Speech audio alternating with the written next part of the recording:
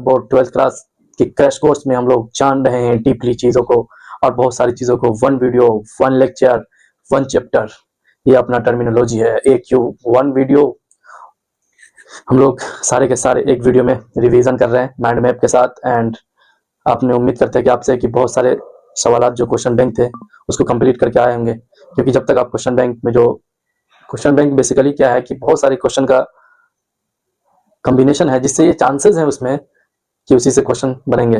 तो अपन पॉसिबिलिटी पे चल रहे हैं और अच्छे तरीके से पढ़ रहे हैं, और पढ़ने के बाद क्या होगा, सबसे पहले अपना बढ़िया रिजल्ट आएगा, रिजल्ट भी बहुत बढ़िया आएगा, 90+ नंबर आएगा। तो ब्लाइंडली उसको फॉलो करो और एज इट इज जो बता रहे हो पढ़ो, क्योंकि बायोलॉजी में वहीं से आता है जो बार बार पूछता है। कोई नया क्वेश्चन नहीं बनता, नया जो भी जिस चीज से बनता है उसके बारे में आपको बता देते हैं, संभावना बता देते हैं कि कहाँ से बनेगा। क्योंकि जो क्वेश्चन है जब अगर ज्यादा पहले पूछा गया है तो उसके पूछने की संभावना होती है। तो बच्चों चलो तैयार